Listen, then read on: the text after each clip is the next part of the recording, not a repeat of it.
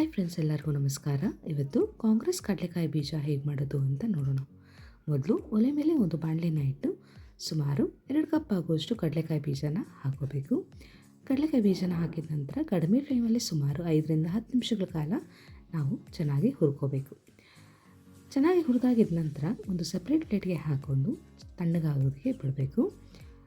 ಹುರಿದಿಟ್ಕೊಂಡಿರೋಂಥ ಕಡಲೆಕಾಯಿ ಬೀಜ ಚೆನ್ನಾಗಿ ತಣ್ಣಗಾದ ನಂತರ ಈ ರೀತಿ ಸಿಪ್ಪೆನ ತೆಕ್ಕೋಬೇಕು.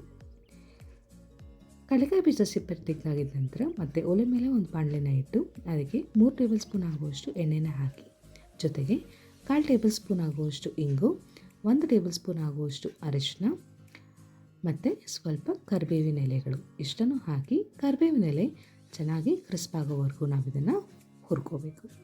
ಸುಮಾರು 2ರಿಂದ 3 ನಿಮಿಷಗಳ ಕಾಲ ಹುರಿದಾಗಿದ್ದ ನಂತರ ಅದೇ ಬಾಣಲೆಗೆ ಹುರಿದಿಟ್ಕೊಂಡಿರೋಂಥ ಕಡಲೆಕಾಯಿ ಬೀಜ, 1 ಟೇಬಲ್ ಸ್ಪೂನ್ ಆಗುವಷ್ಟು ಅಚ್ಚಕಾರದ ಪುಡಿ, 1.5 ಟೇಬಲ್ ಸ್ಪೂನ್ ಆಗುವಷ್ಟು ಮೆಣಸುಕಾಳಿನ ಪುಡಿ, ನಂತರ ರುಚಿಗೆ ತಕ್ಕಷ್ಟು ಉಪ್ಪು ಇಷ್ಟನ್ನು ಹಾಕಿ ನಿಧಾನವಾಗಿ ನಾವಿದನ್ನು ಮಿಕ್ಸ್ ಮಾಡ್ಕೋಬೇಕು. ಗ್ಯಾಸ್ ಫ್ಲೇಮ್ನ ಆಫ್ ಮಾಡಿ ಕೈಯಲ್ಲೇ ನಾವಿದನ್ನು ಚೆನ್ನಾಗಿ ಮಿಕ್ಸ್ ಮಾಡ್ಕೋಬೇಕು. ಇದೇ ರೀತಿ ಸುಮಾರು 2ರಿಂದ 3 ನಿಮಿಷಗಳ ಕಾಲ ಚೆನ್ನಾಗಿ ಮಿಕ್ಸ್ ಮಾಡಿದ ನಂತರ ಮತ್ತೆ ಗ್ಯಾಸ್ ಫ್ಲೇಮ್ನ ಆನ್ ಮಾಡಿ ಕಡಿಮೆ ಫ್ಲೇಮಲ್ಲಿ ನಾವಿದನ್ನು ಸ್ವಲ್ಪ ಬೆಚ್ಚಗೆ ಮಾಡ್ಕೋಬೇಕು. ನಂತರ ಹುರಿದಿಟ್ಕೊಂಡಿರೋಂಥ ಕಾಂಗ್ರೆಸ್ ಕಡಲೆಕಾಯಿನ ಒಂದು ಪ್ಲೇಟ್ಗೆ ಹಾಕ್ಕೊಂಡು ತಣ್ಣಗಾಗೋದಕ್ಕೆ ಬಿಡಬೇಕು.